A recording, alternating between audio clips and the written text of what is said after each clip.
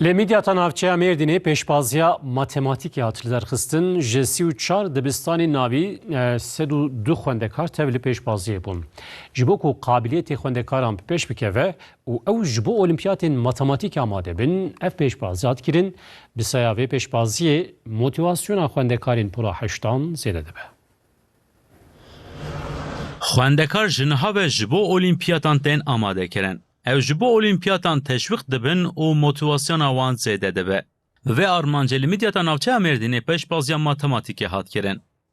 Ji 34 dibistanên navîn ên navçeyê 102 xwendekarên pola heştan tev li pêşbaziya matematîkê bûn.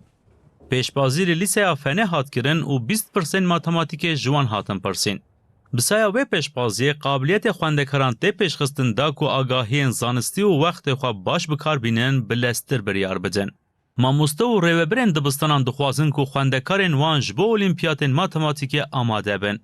Şu çar mektebê Midyatê ortaokul ketine de 102 öğrenci hatine sınavê. Em naqaba da ego derece dikin hem raqaba öğrenciye hem naqaba mekteba da derece vadir dikin. Tabii em nakiz bûnî memleketê me tişkî mezin em dixwazin mekteba me vay etkinlikê halo navûdeng bibe. Ama cema li vir hem öğrenci wan mekteba me jî bînime jî nasib bikin û hem de öğrenci ser ilmê matematikê hep betir bisekin, hep betir guya xwe binê de. Em ji Qedmînê gundê Eventepe ortaokulu hatin. Em hatine fen cizî olimpiyatları bûlo qend çêbû. هات matematik olimpiyatı zeh keyfe me hat hevdû nas kir çêtir bû ji me re çêbû be bilgiya xwe te skir bilgîgom nizan bingo em elîmîn ji bo me zeh qend çêbû em ji bo negesalan em tişoxilîn hê bêhtir em şoxilîn çêtira.